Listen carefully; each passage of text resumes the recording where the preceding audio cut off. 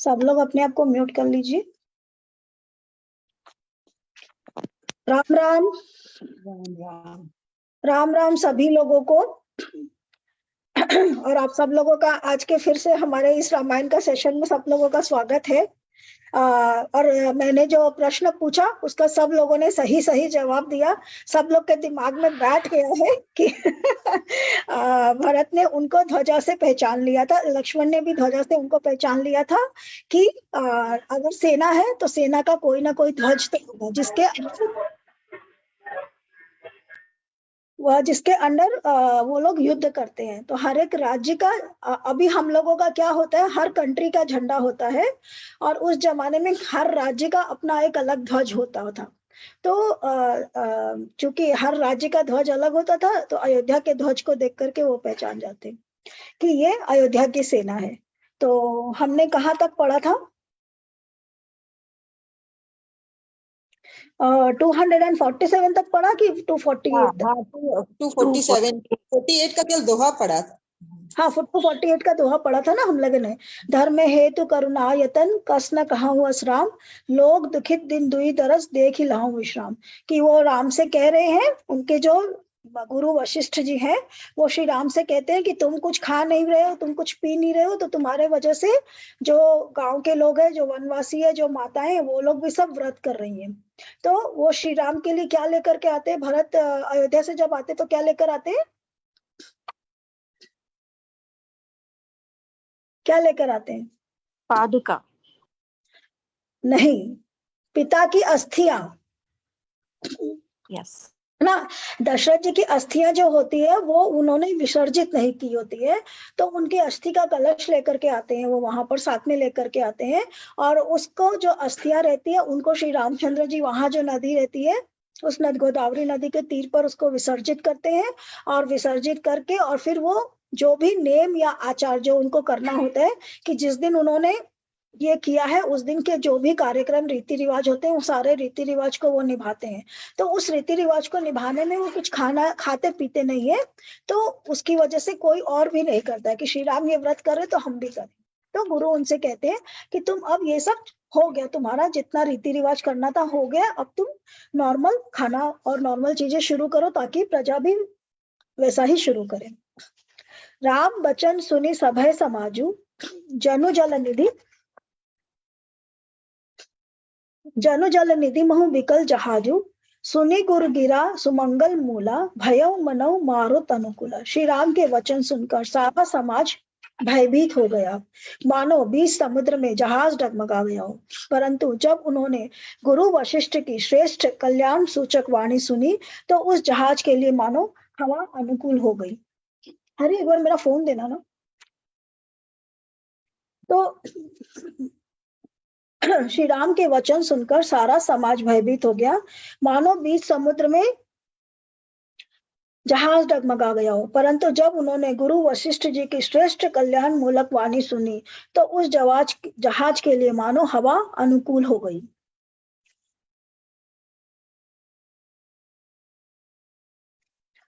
श्री राम के वचन सुनकर सारा समाज भयभीत हो गया। उन्होंने ऐसा क्या कहा?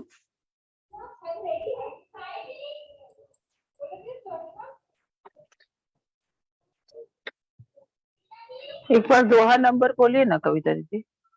249 दोहा नंबर 248 है। हाँ 40।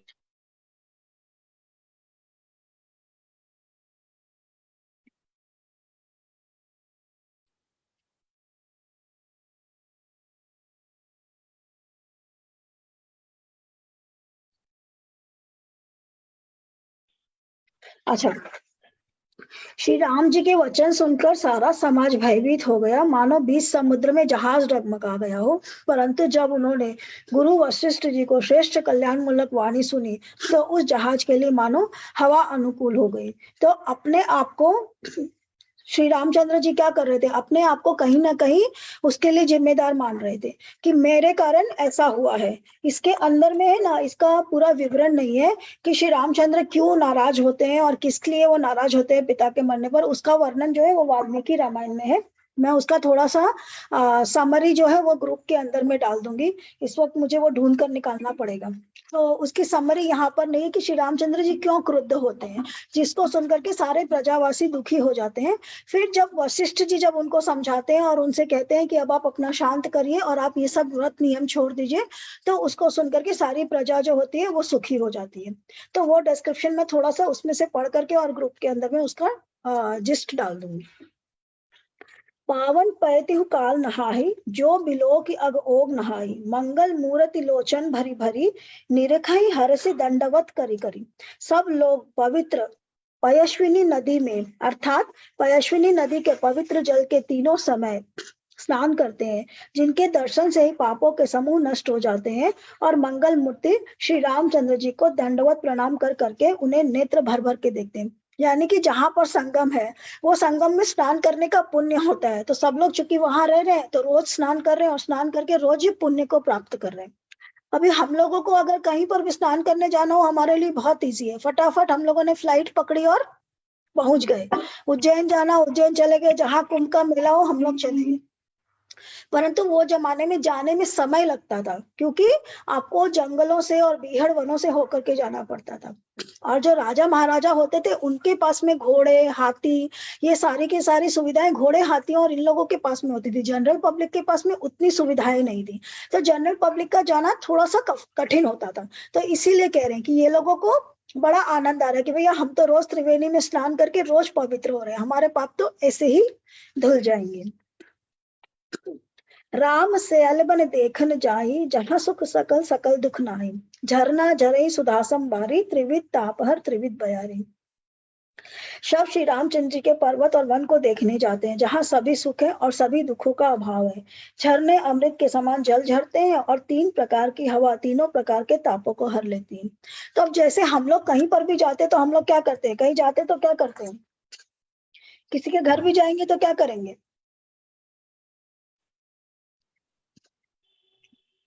घूमने फिरने जाते हैं कि नहीं जाते हैं हम लोग? उसी के लिए तो जाते ही है ना। किसी को मिलने भी जाते हैं तो हम क्या करते हैं, सब बोलते हैं भैया यहाँ का क्या क्या फेमस चीज है, जरा वो दिखा तो दो हम लोगों को। तो वही चीज यहाँ पर हो रहा है कि ये लोग जाते हैं श्री रामचंद्र जी को मिलने के लिए, और फिर वहां का पूरा एरिया सब लोग घूमने फिरने में लग जाते हैं कि यहाँ पर क्या क्या चीजें हैं और क्या नहीं है, हम लोग देखते हैं और देख करके घूमते फिरते हैं। मैं एक बार ग्रुप में डाल देती हूँ कि सेशन शुरू हो गया है।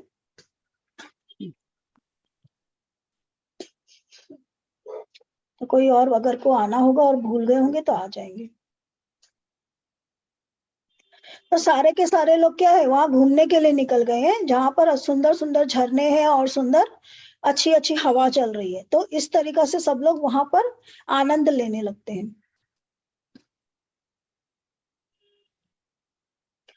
जस्ट वन से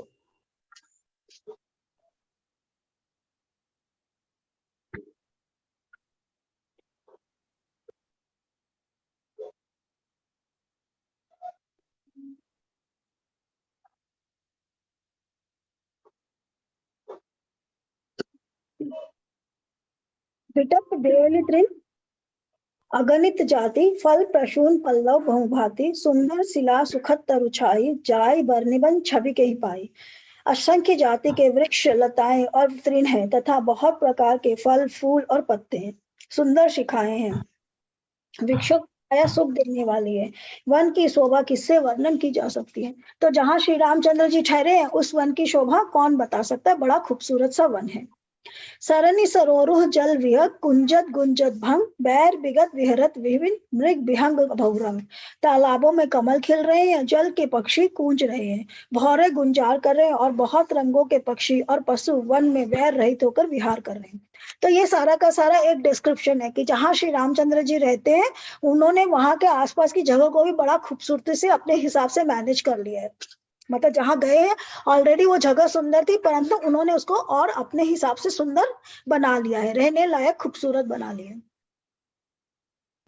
बोल की रात भिल्ल बनवासी, मधुसूची सुंदर स्वाद सुदासी, भरी भरी परन पूटी रुचि रूरी, कंद मूल फल अंकुर जूरी। कोल, किरात और भील आदि वन के रहने वाले लोग पवित्र, सुंदर एवं अमृत के समान स्वादिष्ट मधु को सुंदर दोने बनाकर और उनमें भर भर कर, तथा कंद मूल फल और अंकुर आदि की जूड़ियों को अब देखिए ये कवि का डिस्क्रिप्शन है और उसकी कल्पना है, तो कितनी सुंदर कल्पना है वो सोचो। पहले तो वो एक सुंदर सी जगह का निर्माण कर रहे हैं कि जहां पर श्री रामचंद्र जी है वहां कितना सुंदर सा जगह है।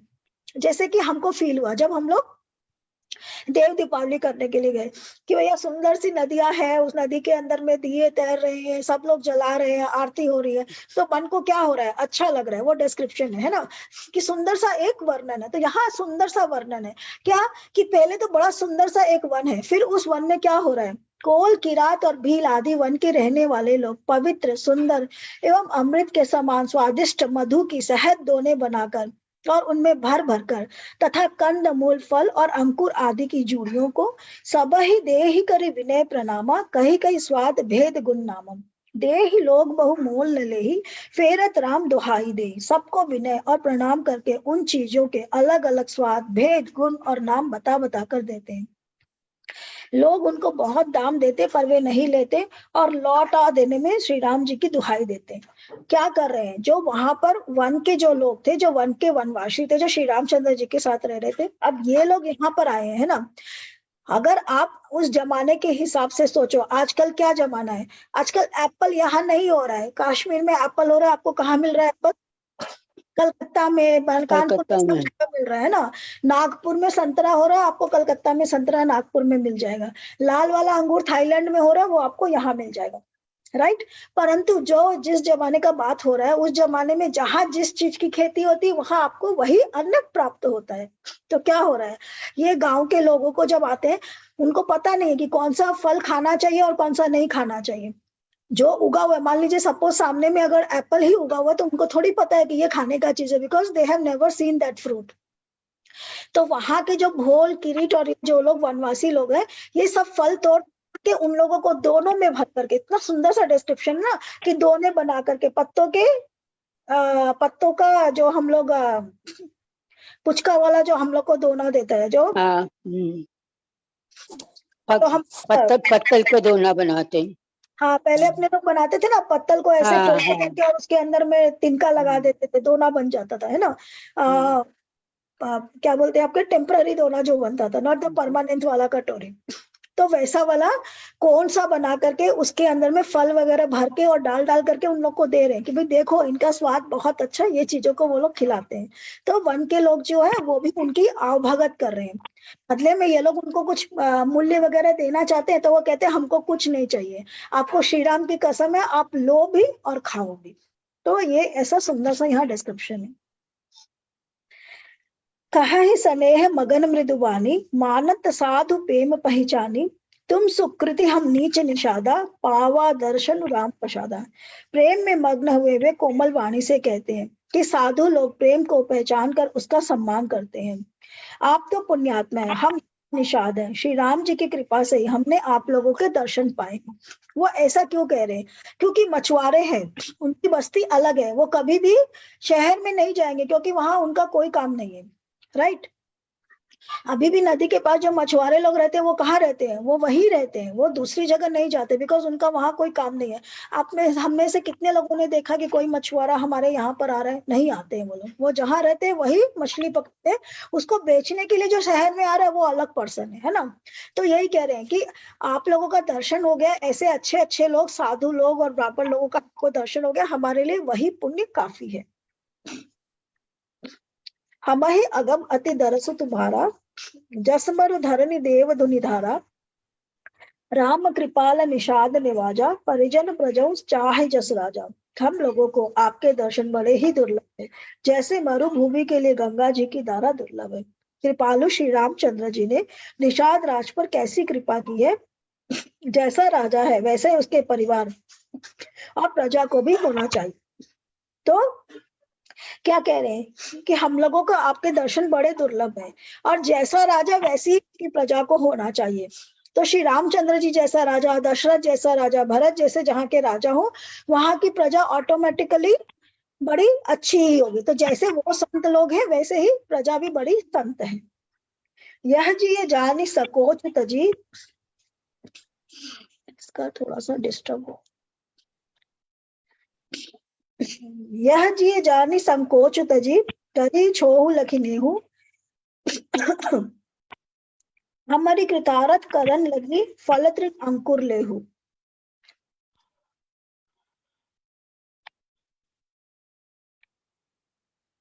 फलत्रिन अंकुर ले, हृदय में ऐसा जानकर, संकोच छोड़कर और हमारा प्रेम देखकर कृपा कीजिए और हमको कृतार्थ करने के लिए फल तृण और अंकुर लीजिए। तो मतलब मोटा मोटी खाने के लिए उन लोग को फोर्स कर रहे हैं। तुम प्रिय पाहुने बन पग उधारे, सेवा जोगुन भाग हमारे, देव काह हम तुम्हि गोसाई, ईधनु पात किरात मिताई।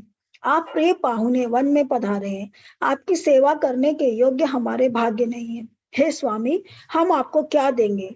भीलों की मित्रता तो बस ईंधन और पत्तों ही तक है। तो क्या कह रहे हैं? भीलों की ईंधन तो बस, भीलों की मित्रता तो बस ईंधन और पत्तों ही तक है। इसका क्या मतलब है?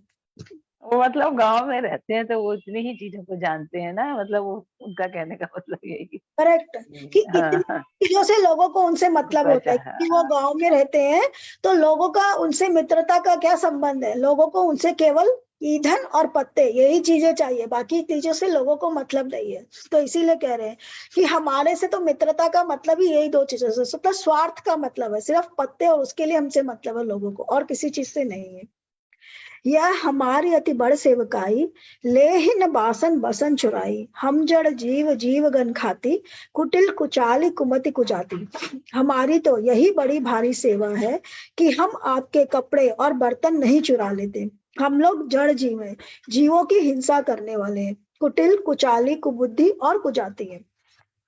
तो क्या कह रहे हैं कि हम तो छोटे लोग हैं, हमारा काम है इधर उधर से सामान ले लेकर के अपना पेट भरना, तो हमारे पास में बर्तन वर्तन नहीं है, तो हम तो वैसे वाले लोग हैं। और हम तो जड़ जीव है, यानी कि मूर्ख हैं और जीवों की हिंसा करने वाले। क्योंकि जो शहर में रहता है वो क्या करता है? वो उगा उगा करके भोजन फल ये खा लेता है, परंतु जो गांव में रहता है या जो वन में रहता है वो क्या करता है? वन के जीवों को मार करके वही उसका आहार है। तो हम तो हिंसा वाले लोग हैं। पाप करत निसिबासर जाहि, नहीं पट कटि नहीं पेट अघाई, सपने हूँ धर्म बुद्धि कसकाऊ, यह रघुनंदन दरस प्रभाव।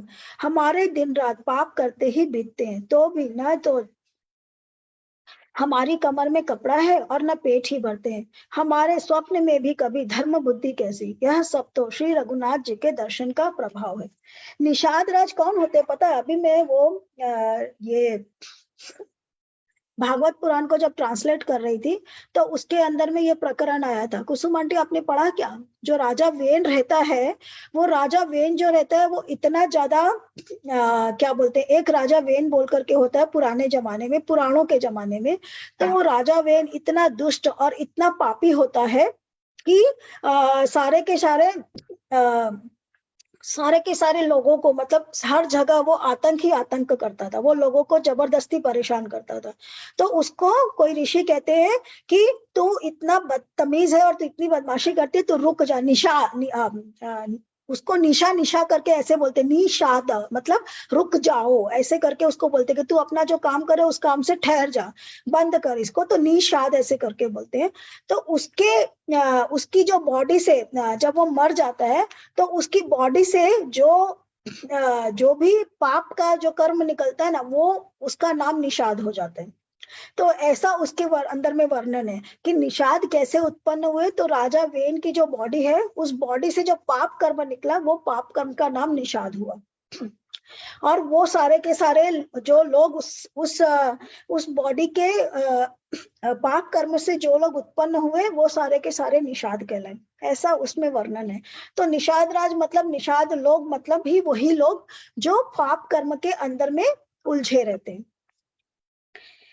ऐसा इसमें पुराण में वर्णन है। I am not I don't know whether it is क्या सही है और क्या गलत है, इसकी विवेचना नहीं कर सकते। ये भागवत पुराण में इसका वर्णन है।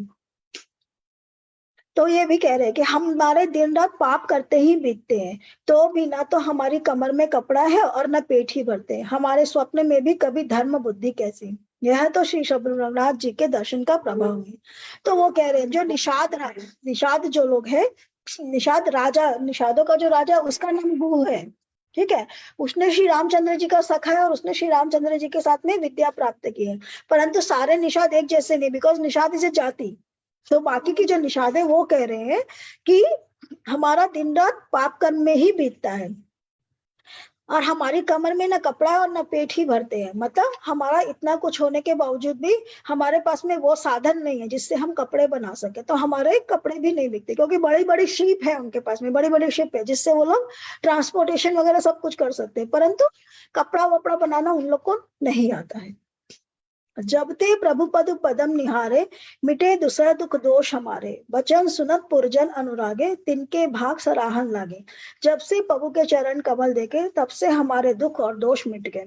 वनवासियों के वचन सुनकर अयोध्या के लोग प्रेम से भर गए और उनके भाग्य की सराहना करने लगे। तो ये कुछ कुछ डिस्क्रिप्शन ऐसे है जो तुलसीदास जी की रामायण में, ठीक है। तुलसीदास जी के हिसाब से उस जमाने में जब तुलसीदास जी थे तब क्या था, तब भील और तब ये जो मछुआरे लोग होते थे वो काफी गरीब होते थे, उनके पास कुछ रहता नहीं था। वाल्मीकि रामायण के अंदर में जो मछुआरे हैं वो बड़े के बड़े संपन्न लोग हैं, ठीक है। वाल्मीकि रामायण का डिस्क्रिप्शन अलग है, ये तुलसीदास जी की रामायण का डिस्क्रिप्शन है। तुलसीदास जी की रामायण में उन्होंने अपने काल के हिसाब से लिखा है।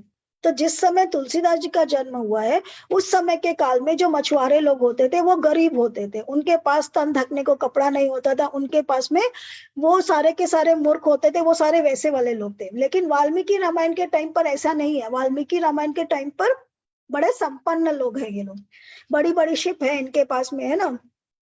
सोने का घुघरू गिर जाता है जिसको भी कोई उठाता नहीं, किसी को मतलब ही नहीं है, चोरी चपाटी तो बहुत दूर की बात है। तो ये डिस्क्रिप्शन, दो अलग अलग डिस्क्रिप्शन है, दो रामायण हम लोग, क्योंकि हम साथ साथ में दो रामायण को कवर कर रहे हैं ना, पढ़ नहीं रहे हम वाल्मीकि रामायण, परंतु उसके एक्सेप्ट ले रहे हैं, उसके कुछ कुछ बातें हम उसको आपको बता रहे हैं। तो वाल्मीकि रामायण में ये संपन्न लोग हैं, अच्छे लोग हैं, इनके पास बहुत कुछ है, इनके पास में वन संपदा है और इनके पास में किसानों की तरह अनाज भी है, सब कुछ है। परंतु तुलसीदास की रामायण के हिसाब से ये गरीब लोग हैं और इनके पास कुछ नहीं है, ये चोरी चपाटी और एक खाली पाप कर्म में लीन वाले लोग हैं। तो ये डिफरेंस है दोनों रामायण का। लागे सराहन भाग सब, अनुराग वचन सुनावही, बोलनि मिलनि से रामचरण, स्नेहु लखी सुख पावही। नर नारी निद्रहि नेहु निज सुनि, कोल भिल्लनि की गिरा, तुलसी कृपा रघुवंश मन की, लोक ले नौका गिरा। सब उनके भाग्य की सराहना करने लगे और प्रेम के वचन सुनाने लगे। उन लोगों के बोलने और मिलने का ढंग तथा श्री सीताराम जी के चरणों में उनका प्रेम देखकर सब सुख पा रहे हैं। उस कोल भीलों की वाणी सुनकर सभी नर नारी अपने प्रेम का निरादर करते हैं। तुलसीदास जी कहते हैं कि यह रघुवंश बने श्री रामचंद्र जी की कृपा है कि लोहा नौका को अपने ऊपर लेकर तैर गया। तो लोहा जो होता है वो भारी होता है, तो नौका उसके ऊपर में डूब जाती है। तो ये उनकी कृपा है कि ये लोग तैर गए, यानी कि इस तरह के लोग भी श्री रामचंद्र जी की कृपा से पार हो गए। विलनी बोला है ना, निषाद के साथ भील लोग बोले ना इसमें, भील की हाँ, जादू हाँ, निषाद। हाँ, हाँ, भीलनी भी ऐसे ही होंगी जिनको राम जी ने तारा है। हाँ, डेफिनेटली एक कास्ट की होगी, मतलब नाम नहीं होगा, फिर वो भी एक कास्ट ही होगी, भील कास्ट ना। भील भी एक तरह की कास्ट ही होती है ना, जो लोग जंगलों में रहते हैं वो सारे के सारे, इसमें अलग अलग जातियां ही हैं, भोल भील है, किरात है, निषाद है, सारी अलग अलग जातियां ही वो हैं। बिल्ली ना राम के लिए पूरा जीवन जो निकाल दी, मैं उनकी बात, मतलब वो भी फिर वही कास्ट होगी ना, बिल्ली शबरी। सबरी। हाँ, सबरी बिल्कुल सही कहा, है ना। हाँ, that is a caste. Bhilni is a, Bhil is a caste, तो शी इज ए भीलनी। क्योंकि यहाँ उन्होंने लिखा है ना, ये वाले सारे के सारे लोग हैं, कोल किरात भील आदि वन में रहने वाले लोग, ये आपके लिखा हुआ 249 दोहा के बाद वाली चौपाई में, कि कोल किरात और भील आदि वन में रहने वाले। तो ये सारी की सारी जातियां हैं। निषाद और केवट जैसे जाती है वैसे ही कोल किरात और भील भी जाती है। तो निषाद और केवट जो है वो जल के पास रहते हैं और कोल किरात भील जो है वो जंगलों में रहते हैं, ये फर्क है। बिहरे बन चहु और प्रतिदिन प्रमुदित लोग सब, जल जो दादुर मोर भय पीन बावस प्रथम। सब लोग दिनों दिन परम आनंदित होते हुए वन में चारों ओर विचरते हैं, जैसे पहली वर्षा के जल से मेढक और मोर मोटे हो जाते हैं। ये एक क्या बोलते हैं डिस्क्रिप्शन है। मतलब पहले के जमाने लोग प्रकृति को कितना फॉलो करते थे ना, कि जैसे पहली वर्षा के जल से मेढक और मोर मोटे हो जाते हैं, तो पहली वर्षा के जल से मेढक और मोर मोटे हो जाते का क्या मतलब है? अरे पानी से मोर नाचने लगता, मोटा मीन्स वही, और क्या, और मेढक करेक्ट से करेक्ट करेक्ट पानी के कारण उछलने लगता है ना, टर टर करता रहता करेक्ट। तो जब तक मोर जो होता है, जैसे ही पहली बार बारिश होती तो मोर क्या होता है, अपना पंख उठा करके नाचने लगता है, तो ऐसे सिकड़ा हुआ मोर क्या हो जाता है, फैला हुआ लगने लगता है। वैसे ही मेढक जो रहता है वो तब तक क्या होता है, कुएं में घुसा हुआ रहता है, परंतु जैसे ही पानी आता है वैसे ही वो निकल करके बाहर आकर के चौड़ा होकर के नाचने लगता है। तो वही ये बता रहे हैं कि जैसे वो लोग खुश हुए वैसे ही ये लोग भी खुश हो रहे हैं। मतलब मोर को जितनी प्रसन्नता होती है वैसी ही प्रसन्नता इन लोगों को भी हो रही है। पुरजन नारी मगन अति प्रीति, बासर जाहि पलक सब बीती, सी सासु प्रतिवेश बनाई, सादर करई सरिस सेवकाई। अयोध्यापुरी के पुरुष थे, सभी प्रेम में अत्यंत मग्न हो गए। उनके दिन पल के समान बीत जाते हैं। जितनी सासुएं थी उतने ही वेश बनाकर सीता जी सब सासुओं को आदर पूर्वक एक सी सेवा करते हैं। This is also Tulsidas ji imagination, ठीक है, it is nowhere in Valmiki Ramayana, कि सीता जी जितनी सासुएं हैं उतनी छवि बना करके अपने अपने सासुओं को जा करके सब सासुओं के साथ में प्रेम से मिल रही है। वहां कहीं इस तरह का वर्णन नहीं है जिसमें बहुत सारा जिसको क्या बोलते हैं, ओवर द टॉप जिसको बोलते हैं कि क्या बोलेंगे इसको,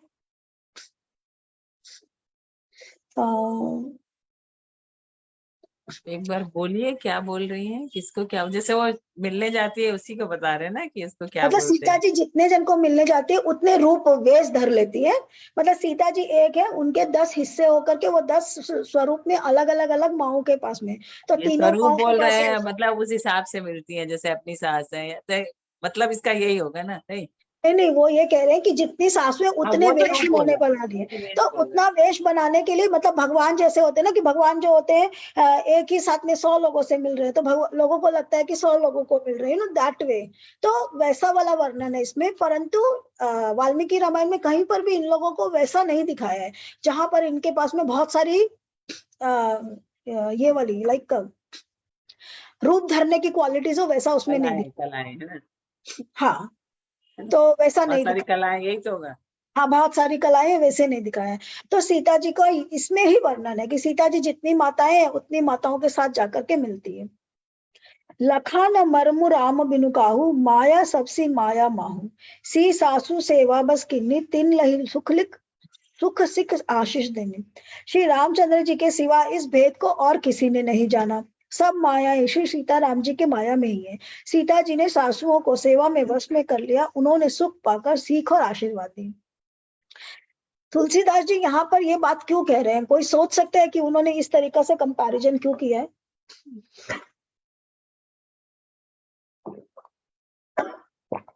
एक बार सोच के बताइए।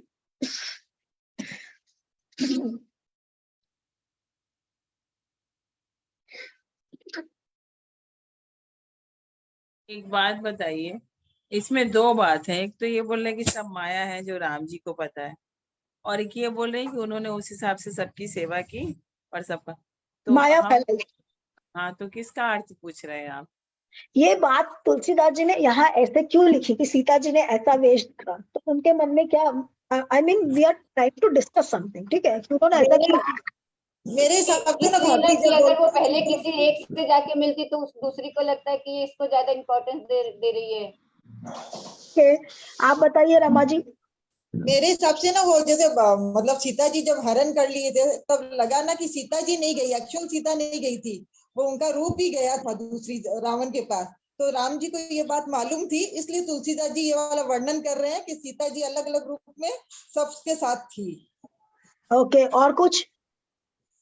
तो बात मुझे तो समझ नहीं आ रहा, मुझे ऐसा समझ आ रहा है जैसे जो जैसे है ना, जैसे होता है कि मान लीजिए एक अपनी सास है और एक उनकी जो उन्होंने जिन्होंने दोनों जिनको की वनवास उनकी दिया, तो सौतेली। ऐसा सोचता है ना व्यक्ति कि मैं इसके साथ ऐसा बिहेव नहीं करूं, ऐसा ही करूं जो कम से कम मतलब मुझे कैसे करना चाहिए उसके प्रति, मुझे ये समझ में हाँ आया। ठीक है, आपको आपने वो समझा। हर इंसान का देखिए, इसीलिए मैं बोलती हूँ हर चीज को देखने का अलग अलग पर्सपेक्टिव होता है। तो तुलसीदास जी यहाँ किस पर्सपेक्टिव से देख रहे हैं? तुलसीदास जी किस पर्सपेक्टिव, अगर श्री राम भगवान विष्णु का अवतार है तो सीता जी किसकी अवतार है? लक्ष्मी जी लक्ष्मी जी तो इसलिए वो ये दिखा रहे हैं कि जितना पावर रामचंद्र जी के पास है उतना ही पावर सीता जी के पास में भी है। तो वो एक लाइन बोल रहे हैं ना, राम पहचान रहे सब मायाएं हैं।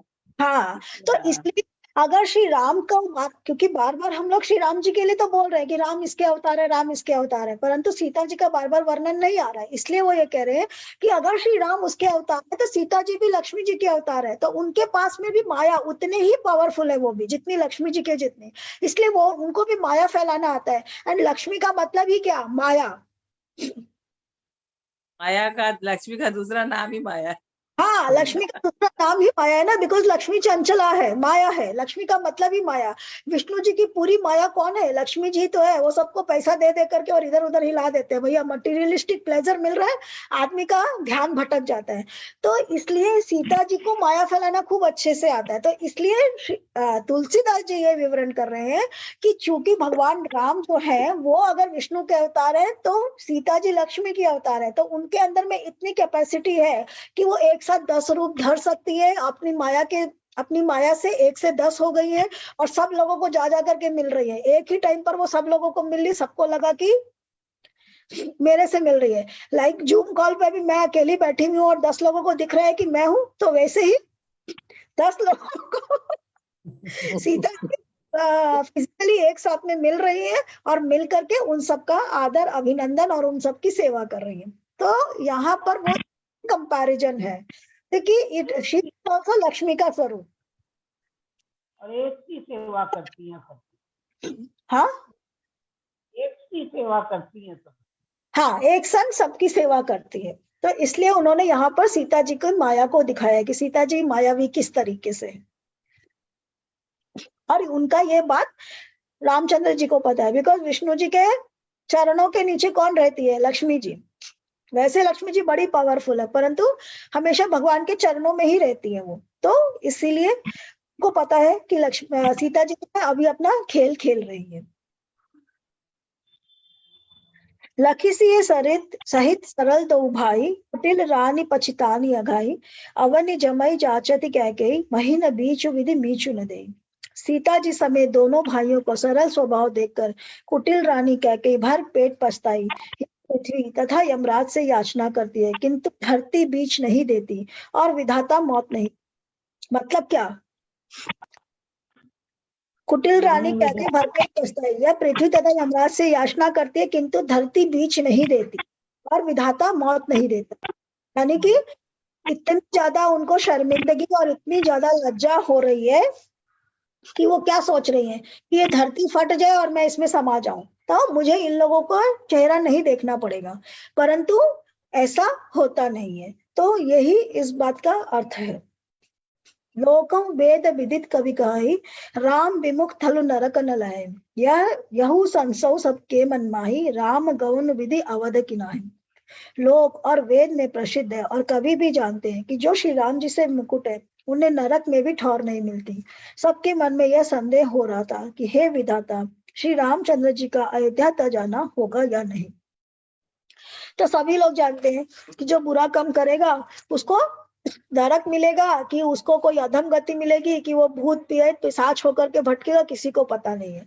तो जितना ज्यादा अधर्मी होता है उतनी ज्यादा उसकी वैसी गति होती है, किसी को नहीं पता है कि किसकी क्या गति होगी। निशी न नींद नहीं भूख दिन, भरत बिकल सुचि सोच, नीच कीच बिच बगल जस, बीन ही सलिल संकोच। 1 मिनट, मुझे सर्दी लगी हुई है थोड़ी।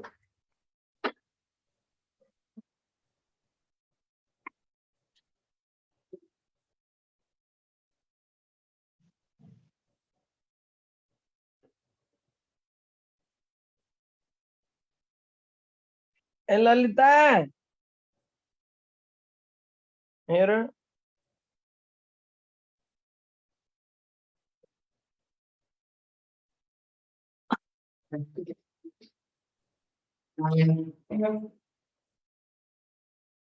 निशिन नींद नहीं भूख दिन भरत विकल सुचि सोच नीच कीच बिच मगन जन मी नहीं सलिल संकोच।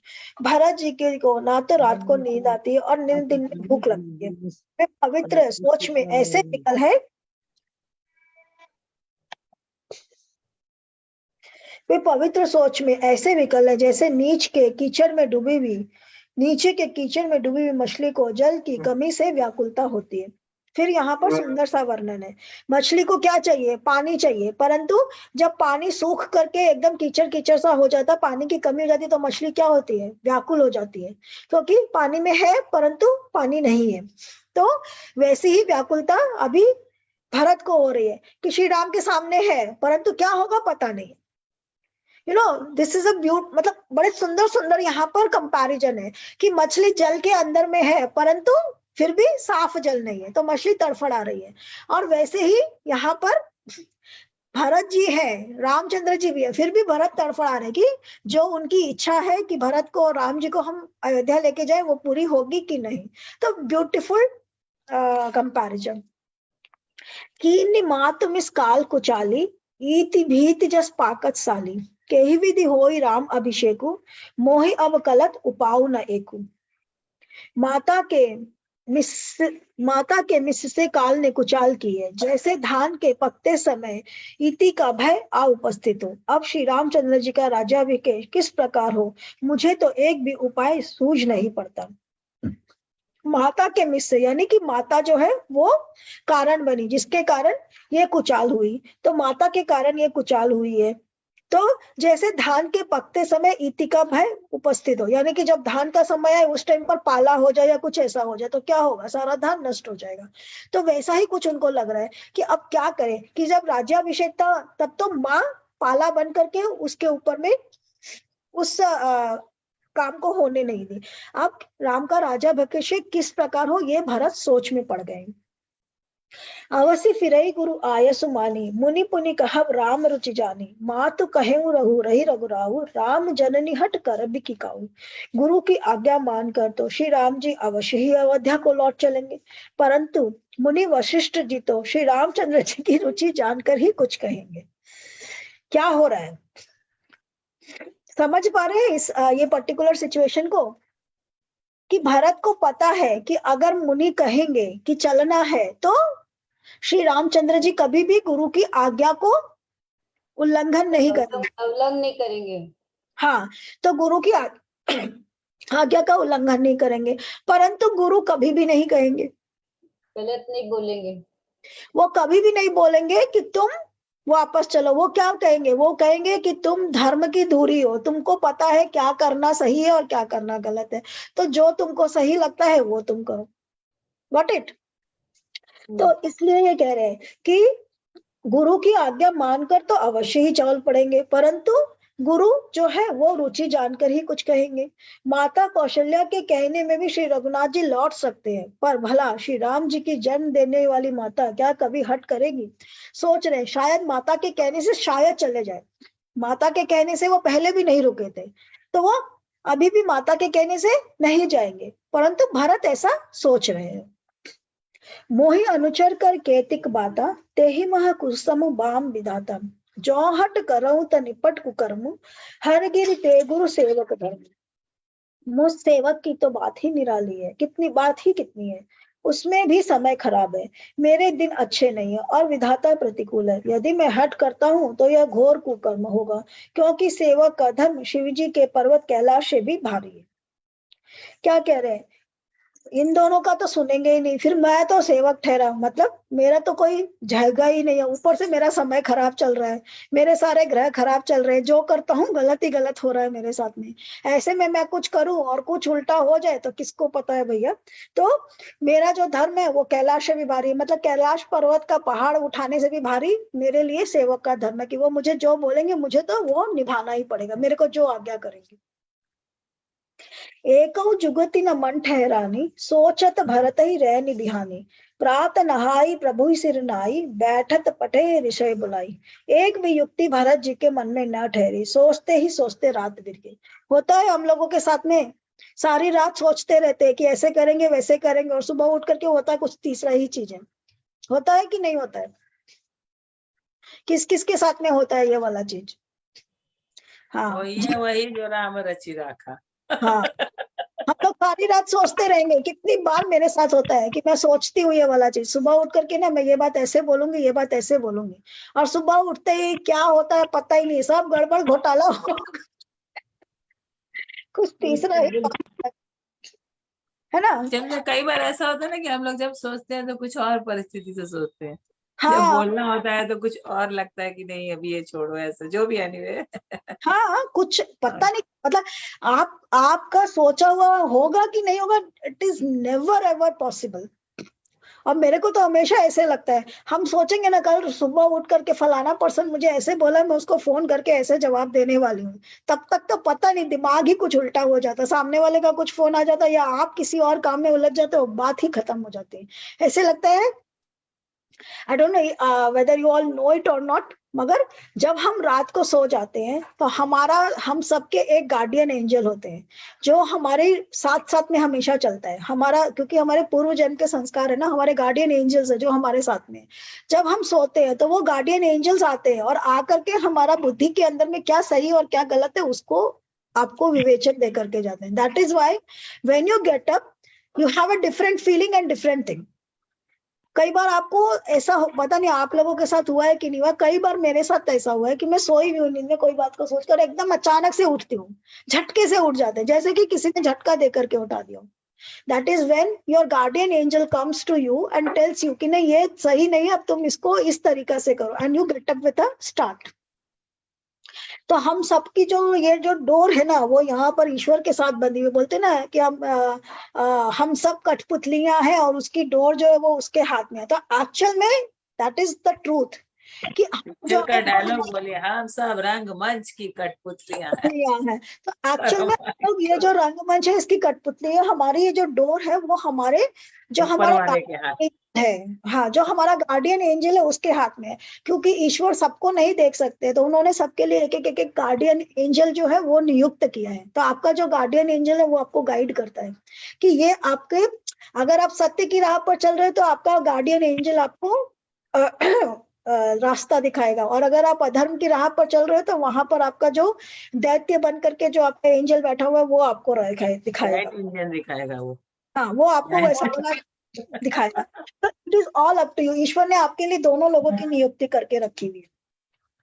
तो वो जो गार्डियन एंजल होता है ना वो रात को आकर के आपको दिमाग को चेंज करके चला जाता है। So that is why what you think in the night वो सेम चीज आपका सुबह में थिंकिंग नहीं रहता है। उठते हो तो आप एक अलग फीलिंग के साथ में एक अलग चीज के साथ उठते हो, and that is actually the truth. इसका ये ट्रूथ कहाँ पर कैसे वो एविडेंस के साथ में वो हम जब वो बुक पढ़ेंगे तब बताएंगे। There is a different book for it.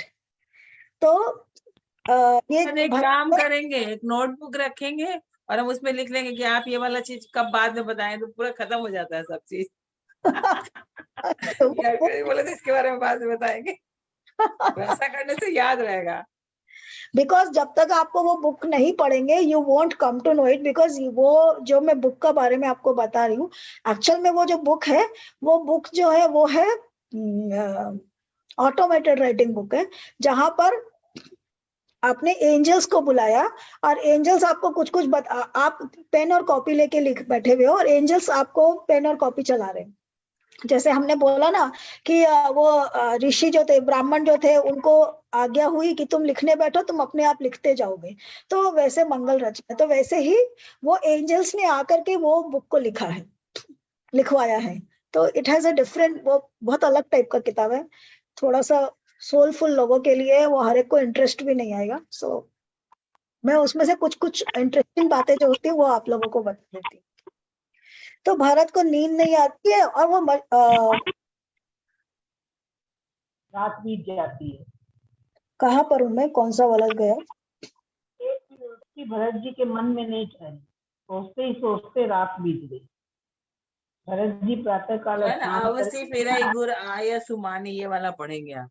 अच्छा, अवश्य फिरई गुरु आय सुमानी, पुनि कहब राम रुचि जानी, मातु कहूँ बहुरई रघुराऊ, राम जननी हट कर भी की कहूँ। गुरु की आज्ञा मानकर तो श्री राम जी अवश्य ही अयोध्या को लौट चलेंगे, परंतु मुनि वशिष्ठ जी तो, ये तो हमने पढ़ लिया ये वाला, यही पढ़ा था, इसी पे बता रहे 52 तक पढ़े थे अपने। हाँ हाँ। एक भी युक्ति भरत जी के मन में न ठहरी, सोचते ही सोचते रात बीत गई। भरत जी प्रातःकाल स्नान करके और प्रभु श्री रामचंद्र जी को सिर नवाकर बैठे ही थे कि ऋषि वशिष्ठ जी ने उनको बुलवा करके भेजा। कि वो सोचते सोचते उनकी रात बीत गई और वो सुबह उठे तो देखा कि गुरु ने उनको बुलवाया है। गुरुपद कमल प्रणाम करी, बैठे आयसु पाई, विप्र महाजन सचिव सब जुरे सभासद आई। भरत जी गुरु के चरण कमलों में प्रणाम करके आज्ञा पाकर बैठ गए। उसी समय ब्राह्मण महाजन मंत्री आदि सभी सभासद आकर जुट गए। तो सारी सभा, जैसे राजसभा होती वैसी पूरी सभा बैठ गई। बोले मुनिबरु समय समाना, सुनहु सभासद भरत सुजाना, धर्म धुरीन भानुकुल भानु, राजा राम स्वबस भगवानु। श्रेष्ठ मुनि वशिष्ठ जी समयोचित वचन बोले, हे सभासदों, हे सुजान भरत सुनो। सूर्य कुल के सूर्य महाराज श्री रामचंद्र धर्म धुरंधर और स्वतंत्र भगवान हैं। सत्य संध पालक श्रुति सेतु, राम जन्म जग मंगल हेतु, गुरु पितु मातु वचन अनुसारी, खल दल दलन देव हितकारी। वे सत्य प्रतिज्ञ हैं और वेदों की मर्यादा के रक्षक हैं। श्री राम जी का अवतार ही जगत के कल्याण के लिए हुआ है। वे गुरु पिता और माता के वचनों के अनुसार चलने वाले हैं, दुष्टों के दल का नाश करने वाले और देवताओं के हितकारी हैं। नीति प्रीति परमार्थ स्वार्थ, को न राम सन जान नारद, विधि हरि हरु शशि रवि दिसिपाला, माया जीव करम कुलिकाला। नीति प्रेम परमार्थ और स्वार्थ को श्री रामचंद्र जी के समान यथार्थ कोई नहीं जानता। ब्रह्मा विष्णु महादेव चंद्र सूर्य दिक्पाल, माया जीव सभी कर्म और काल, महिप महिप जहाँ लगी प्रभुताई, जोग सिद्ध निगमागम गाई। करी विचार जी देखो नीके, राम रजाई शीस सबही के। शेष जी और राजा आदि जहाँ तक प्रभुता और योग की सिद्धियां जो वेद और शास्त्रों में गाई गई है, हृदय में अच्छी तरह विचार कर देखो कि श्री रामचंद्र जी की आज्ञा इन सभी के सिर पर है। तो कह रहे हैं कि श्री रामचंद्र जो है वो हमको पता है कि वो ईश्वर के अवतार है और उन्होंने किस हेतु जन्म लिया है वो भी हम सब लोगों को पता है। तो सभी लोगों के ऊपर में उनकी छत्र छाया रहे, इस तरीका से ये गुरु का एक, जैसे हम लोग बोलते हैं ना, आते ही एमसी जो होता है, मास्टर ऑफ सेरेमनी जो होता है, वो आते ही सबसे पहले डिस्क्रिप्शन देता है किसी का। तो वैसा ही यहाँ पर गुरु वशिष्ठ जो है श्री रामचंद्र जी की बड़ाई कर, राखे राम रजाई रुख, हम सब कर हित होई, समुझ सयाने करहु अब, सब मिल सम्मत होई। अतः श्री राम की आज्ञा और रुख रखने में ही हम सब का हित हो।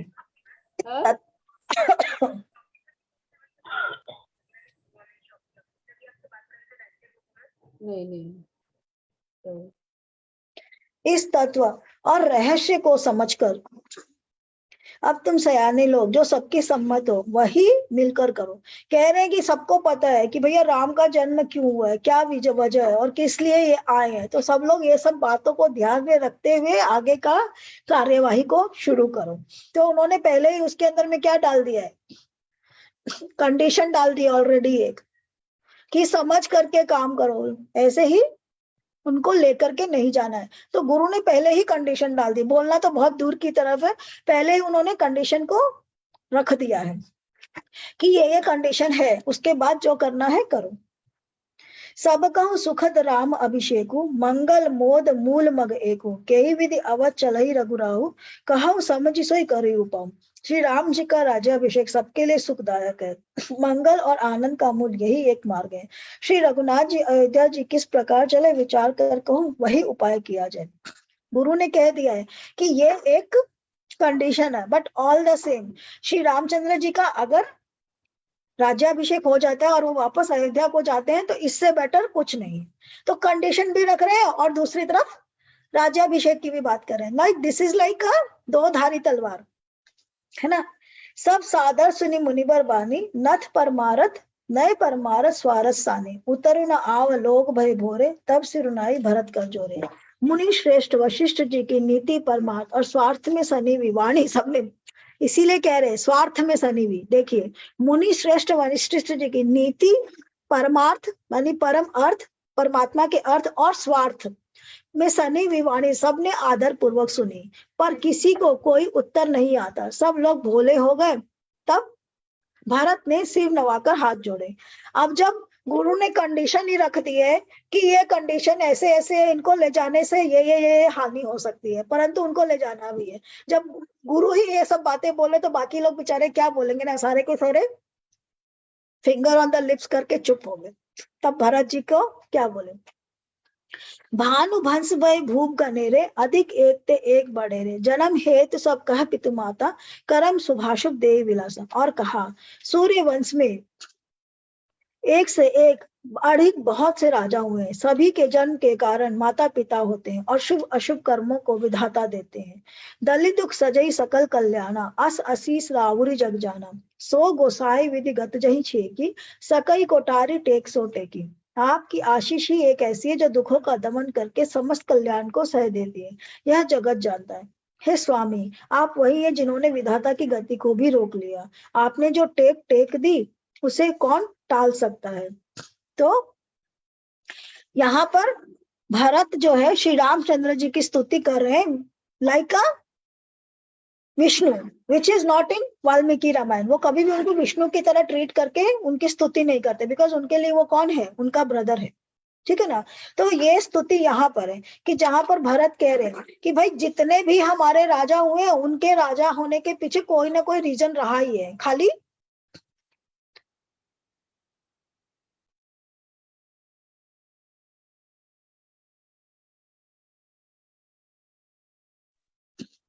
तो फिर क्या होता है।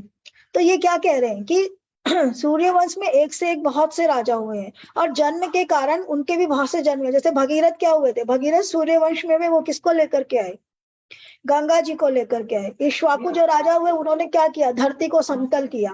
तो ऐसे बहुत से राजा हुए हैं और सबके राजा होने के अनेकों ने कारण है और अनेकों ने उनके माता पिता है और मतलब सबके माता पिता भी कोई ना कोई वजह से उन्होंने अपने पुत्रों को जन्म दिया है। तो श्री रामचंद्र जी का भी जन्म उनके जो माता पिता है किसी रीजन से दिया है, which is all right, okay. तो क्या कह रहे हैं कि दुखों को दमन करके कल्याण देती यह जगत जानता है। हे स्वामी, आप वही है जिन्होंने विधाता की गति को भी रोक दिया। परंतु वो क्या कह रहे हैं कि आप तो वो नहीं हो जो और जितने भी राजा पैदा हुए थे वो कोई रीजन से पैदा हुए थे, परंतु आप तो खुद विष्णु के अवतार हो। आप तो विधाता को रोक सकते हो, आप तो चाहो तो पृथ्वी की गति को रोक सकते हो। That much powerful you are. बूझी मोहि उपाऊ अब, सो सब मोर अभागु, सुनी सनेह में वचन गुर उमगा अनुरागु।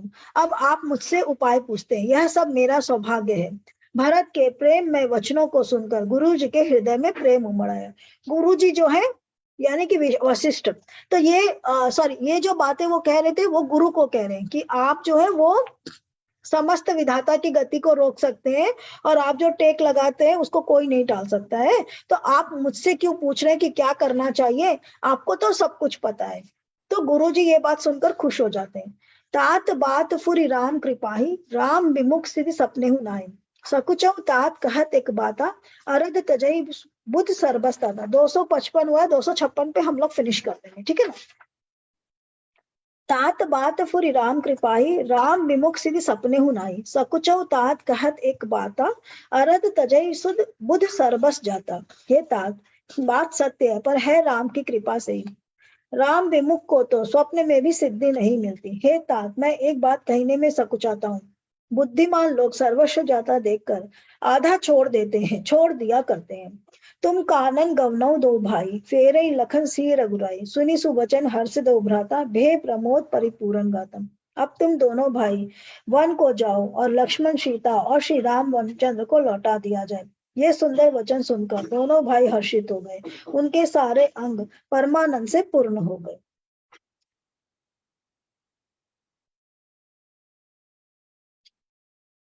तो क्या कह रहे हैं यहाँ पर कि बुद्धिमान जो होता है वो क्या कहता है, देखता है कि सारा का बदले में जो क्या बोलते हैं हम लोग भागते उसकी लकुटी ही अच्छी, क्या है वो, हाँ है ना, भागते भूत की लंगोटी अच्छी, इस तरीके से हम लोग बोलते हैं ना।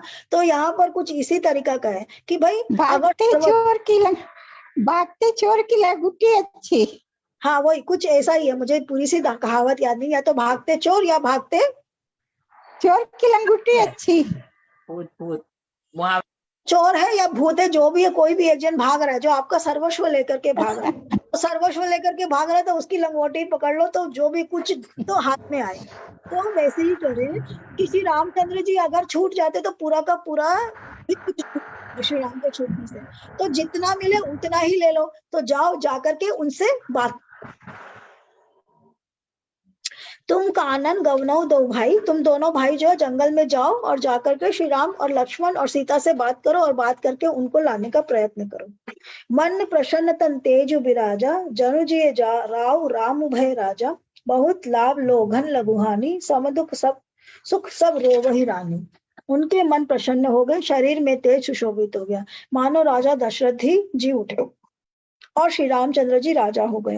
अन्य लोगों को तो इसमें लाभ अधिक और हानि कम प्रतीत हुई, परंतु रानियों को दुख सुख समान ही थे। राम लक्ष्मण वन में रहे या भरत शत्रुघ्न, दो पुत्रों का वियोग तो रहेगा, यह समझकर वे सब रोने लगी।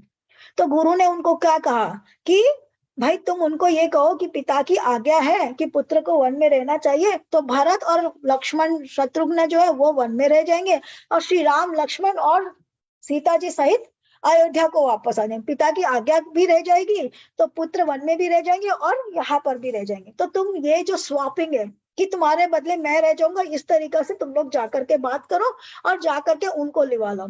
तो ये बात सुनकर के भरत और शत्रुघ्न खुश हो जाते हैं और बाकी सारे लोग भी खुश है कि भाई श्री रामचंद्र जी और लक्ष्मण और सीता वापस आ जाएंगे। परंतु माँ तो माँ है ना, माँ का चाहे कोई भी पुत्र जंगल में रहे माँ को अच्छा नहीं लगेगा। तो यही कह रहे हैं कि वो रहे चाहे ये रहे। तो गुरु ने जो ये कहा है कि भैया तुम लोग, भरत जब जाके बात करते हैं और कहते हैं कि मैं ये ऑफर दूंगा उनको, तो गुरु कहते हैं हाँ हाँ जाओ जाओ जाकर के ये ऑफर दो और उनसे इस तरीके से बात कर लो, कुछ ना कुछ तो something is better than nothing, कुछ तो होगा ही होगा।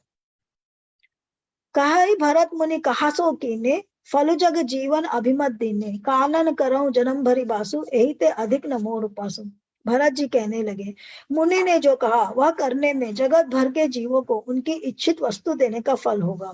मैं जन्म भर वन में वास करूंगा और मेरे लिए इससे बढ़कर कोई सुख नहीं है। तो भरत मन ही मन खुश हो रहे हैं। This description is only in Tulsidas ji की रामायण, नॉट इन वाल्मीकि रामायण। अंतर्जामी रामुसी तुम सर्वज्ञ सुजान, जोफुर कहु न नाथ निज, कीजिए वचन प्रमाण। श्री रामचंद्र जी और सीता जी हृदय की जानने वाले हैं और आप सर्वज्ञ तथा सुजान हैं। यदि आप यह सत्य कह रहे हैं तो हे नाथ आपके वचनों को प्रमाण कीजिए, उनके अनुसार व्यवस्था कीजिए। तो प्रभु आप तो श्री राम और सीता को जानने वाले हैं और आप तो सर्वज्ञ जानने वाले हैं, तो अगर आप ये कह रहे हैं तो भैया आपका जो वचन हो वो प्रमाण हो, मतलब आपकी जो बोली है वो फल हो, तुम्हारे मुंह में घी शक्कर, जो जो तुमने बोला है वही सच हो। मैं जाऊं, मैं वन में रहूं और मैं सारा जिंदगी वन में रहने को तैयार हूं अगर श्री सीता और राम और लक्ष्मण वापस अयोध्या को लौट करके आ जाते हैं। तो ये है दोहा 156 दोहा और समय हो गया 12:50, तो हम लोग आज यहीं तक खत्म करते हैं। और एक इम्पॉर्टेंट बात जो कहना चाह रही थी वो ये है कि विवाह पंचमी कब है? किसी को पता है विवाह पंचमी कब है? अयोध्या में विवाह पंचमी का बड़ा उत्सव होने वाला होता है। रमा जी आपको पता है? रमा अग्रवाल मेरठ वाले, आप म्यूट पर हो। 28 तारीख की है बिहार पंचमी। मंडे को है कविता जी। करेक्ट। मंडे को विवाह पंचमी है। और वृंदावन में बांके बिहारी का भी बहुत बड़ा उत्सव हाँ, होता है। जन्मदिन उसी दिन प्रकट हुए हैं बिहारी जी का बांके, प्राकट्य हाँ। उत्सव। हाँ, प्राकट उत्सव। तो मंडे को बिहारी जी का जन्मदिन है वृंदावन में, बड़ा इंपॉर्टेंट वाला। और कौन से बिहारी जी का जन्मदिन है मुझे पता नहीं। भगवान कृष्ण भगवान का जन्म तो जन्माष्टमी को हम लोग बना चुके हैं, तो वहां तो कोई दूसरे बिहारी जी का बांके बिहारी उस दिन ही प्रकट हुए थे हरिदास जी के। तो हरिदास जी के जो बाकी बिहारी, हाँ हरिदास जी के जो बाकी बिहारी है उनके, हाँ उनका प्राकट्य दिवस है। करेक्ट। तो आप लोगों ने सही बताया कि उनका प्राकट्य दिवस है, जो बाके बिहारी वहां पर हरिदास जी के द्वारा प्रकट हुए, तो उनकी विवाह पंचमी को वो प्रकट हुए। इसके अलावा विवाह और क्या है पंचमी को? कहते हैं राम जी का विवाह भी उसी दिन हुआ। करेक्ट लक्ष्मी जी, आपने बिल्कुल सही बताया। श्री राम और सीता जी का विवाह भी लोग कहते हैं कि विवाह पंचमी के दिन ही हुआ था। हाँ, तो उसी दिन है ना राम जी का विवाह, राम हाँ। सीता जी का विवाह। हाँ, मैं कोलकाता में रहती हूँ, तो हम लोग ऑनलाइन उसको अच्छे से सेलिब्रेट करते हैं, बट मैं उस दिन रास्ते में रहूंगी तो वो हो नहीं पाएगा। तो इसलिए मैं आप लोगों को बताना चाह रही थी कि उस दिन विवाह पंचमी है। आप लोगों में से कोई भी पढ़ने में इंटरेस्टेड होगा तो आई सेंड द जानकी मंगल का PDF। ओके जैसे रानी सती दादी ओके की मंगल है, जैसे पार्वती मंगल है, वैसे ही जानकी मंगल भी है। हाँ, अच्छा। भेजिएगा ना। तो अगर मैं रहती तो जरूर भेज दीजिएगा। हाँ, मैं रहती तो हम लोग जरूर पढ़ते सोमवार को। अगर कोई आप लोगों में से कोई इनिशिएटिव लेकर के पढ़ना चाहे तो मोस्ट वेलकम है। तो क्या है कि रेनू जो है वो ऑन कर देंगी और आप लोग मिलकर के ऑनलाइन भी पढ़ सकते। आप में से कोई पढ़ने में अगर इंटरेस्टेड होगा तो आप लोग साथ में मिलकर के पढ़ लीजिए ऑनलाइन। जिसको भी, क्योंकि है बिल्कुल रामायण की दोहा और चौपाई की तरह ही है, उसके अंदर में ज्यादा कुछ है नहीं। हम अच्छा। अपना अपना पढ़ लेंगे। अपना अपना तो पढ़ ही लेंगे। तो वो मैं वो रहती तो मेरा बड़ा मन था कि मैं इस बार बड़े अच्छे से हम लोग उसको करें, पर कहाँ जा रहे हो आप? आप रिकॉर्डिंग करके भेजिए ना प्लीज। रिकॉर्डिंग करने को समय मिलेगा कि नहीं, मैं देखूंगी, मैं ट्राई करूंगी। अगर रिकॉर्डिंग करने को समय मिला तो मैं रिकॉर्ड करके भेज दूंगी। आप PDF भेज देना, फिर आपको रिकॉर्डिंग PDF का तो आई टाइम शेयर, मिलेगा। PDF definitely I share. तो PDF और जहां तक होगा देखती हूँ मैं, अगर रिकॉर्ड कर सकी तो लक्ष्मी मंगल जो है, जानकी मंगल जो उस दिन पढ़ा जाता है, जिस दिन सीताराम जी का और उसका विवाह होता है। अयोध्या में तो उस दिन बहुत धूम रहेगी। अगर आप लोग टीवी वगैरह चलाएंगे तो देख पाएंगे कि कनक भवन से सीता जी की जो है, दशरथ जी की जो राम जी की जो वो बारात निकलती है, बारात निकल करके उधर में जाती है, फिर सीता जी का होता है वहां पर विवाह। बड़ी अच्छा। धूम होती है और बहुत सुंदर से अयोध्या में सेलिब्रेशन होता है। तो कनक भवन से हमारे निकल, अलीगढ़ में भी बहुत अच्छा, अच्छा अलीगढ़ होता में है। बहुत अच्छे से सेलिब्रेशन अयोध्या में होता है। रामनवमी अलीगढ़ का में भी भी बहुत बहुत अच्छा अच्छा होता वो है। होता है, मेला लगता है हाँ, रामनवमी वो का। वही का राम कनक का भवन जन्म वाला ही होता है। मंदिर है ना वहाँ पर। हाँ, अच्छा, यहाँ अलीगढ़ में है क्या अयो- कनक भवन वाला हाँ, मंदिर? अलीगढ़ में वही कनक भवन वाली ही मूर्तियां हैं सारी, बिल्कुल। कनक ओ, भवन भी के नाम से भी है, टीकाराम मंदिर, बहुत सुंदर वेरी है। गुड। Okay okay.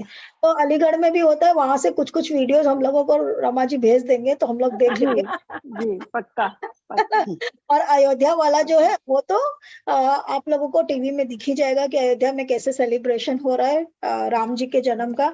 जहां पर दूल्हा बन करके रामचंद्र जी की बारात निकलती है, सीता जी जो है अपने मन से आ रही है और वहां पर उनका विवाह हो रहा है। बड़ा सुंदर सा वहां पर होता है, फुल डे का एकदम झकाझक भरा हुआ रहता है। और मोदी जी जब से आए तब से तो और ज्यादा विराट होने लगा है सारी चीजें। तो सुंदर सा है। तो दैट इज ऑन मंडे। तो वो मंगल का जो है वो मैं भेज दूंगी। आप में से जिन भी लोगों को इंटरेस्ट हो आप लोग वो मंगल पढ़ लीजिएगा उस दिन।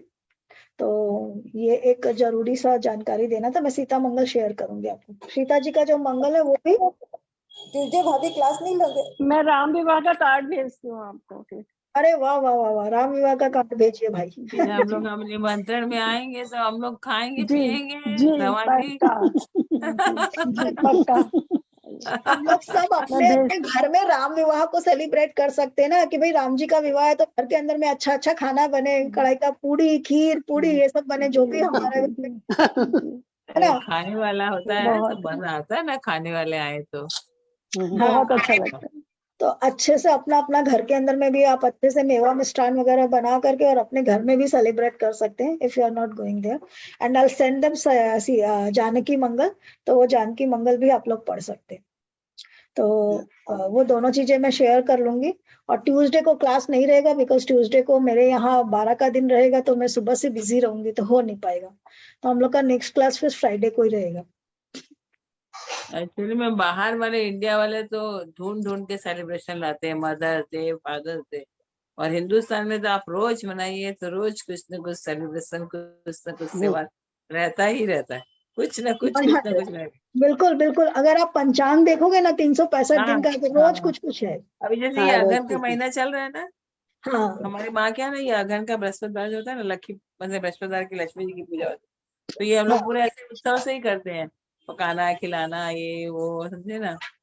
तो कुछ हाँ। न कुछ लगा ही रहता है हिंदुस्तान में, हम देखो तो रोज रोज करो तो रोज एक्चुअली सेलिब्रेशन। आपको हिंदुस्तान के अंदर में रोज कुछ ना कुछ इसलिए लगा हुआ रहता है क्योंकि पहले के जमाने में ऋषि मुनि और वो लोग चाहते थे कि आप अपना हर दिन त्योहार की तरह व्यतीत करो।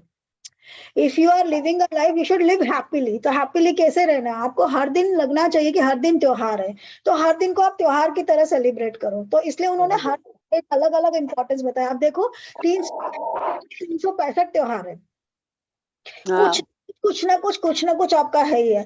आज विवाह पंचमी है, तो आज प्रदोष है, तो आज एकादशी है, तो आज ये है, कुछ समथिंग और अदर इज देयर।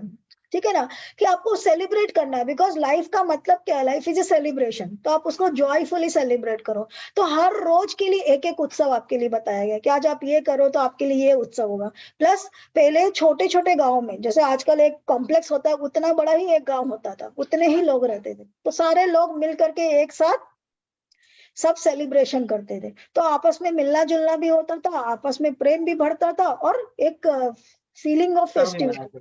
हाँ, आप देखोगे तो वो जो सेलिब्रेशंस रहते हैं, हर सेलिब्रेशंस के अलग अलग गीत हैं, अलग अलग भजन है, सब कुछ है। इवन खाना भी अलग अलग है, जैसे कुछ खाना भी पकाने का variety भी अलग अलग है कि इसमें ये पकाओ, इसमें ये पकाओ, ये सब हाँ मतलब बिल्कुल, सीजन के हिसाब से भी है, जो सीजन हाँ लगता है बिल्कुल, उस हिसाब से सारी चीजें। हाँ बिल्कुल सही। सीजन के हिसाब से खाना भी और वैरायटी ऑफ फेस्टिवल में सारी चीजें बनती है सीजन के हिसाब से। आप देखिए संक्रांति आएगा तो तिल का लड्डू, ये विंटर आएगा तो बोलेंगे गोंद का उसका, मतलब सारे सेलिब्रेशंस भी वैसे ही मनाते हैं। एग्जैक्टली करेक्ट, वो एकदम सही बताया सीजन आपने। में खाना भी वही वाला सेलिब्रेट। करेक्ट, इसीलिए एक रीजन का खाना दूसरे रीजन से नहीं मिलता है सेलिब्रेशन के टाइम पर, क्योंकि राजस्थान के अंदर में और पंजाब में गेहूं वगैरह हो रहे तो वहाँ गेहूं और उन सब चीजों का प्रसाद है, और आप साउथ में जाओ तो हर जगह चावल का प्रसाद है ना। ये सारी चीजें भी लोग बोलते हैं ना कि ऐसे ही होती है कि वहाँ के लोकेशन में उनको वही सूट करता है। करेक्ट करेक्ट, एकदम सही बताया आपने। इतना अगर चावल हम लोग खाएंगे तो हम लोग को सूट ही नहीं करेगा। करेक्ट, इतना साउथ तो में हर चीज मतलब डोसा इडली खाना वाना सब राइस से रहता बिल्कुल बिल्कुल बिल्कुल एकदम ठीक बताया आपने। तो सारे सेलिब्रेशन, सारे प्रसाद भी वहाँ का मौका के हिसाब से और वहाँ की उसके हिसाब से ही है, कि सीजन में क्या आ रहा है क्या नहीं आ रहा है, तो हर चीज जलवायु के हिसाब से, सेलिब्रेशन। वहाँ की जलवायु कैसी। कि लाइफ जो है वो, जब अगर आप गृहस्थ जीवन में हो और अगर आपने त्याग वगैरह नहीं कर रखा, तो आप अपना जीवन को खुशी खुशी हंसी खुशी जियो, और हंसी खुशी जीने के लिए हर रोज का एक अलग त्योहार की तरह मनाओ। सो वो उसके हिसाब से दिया गया है हर चीज। हम लोगों को हर चीज क्या है गलत लगती है, that is the only thing. तो आज के लिए इतना ही।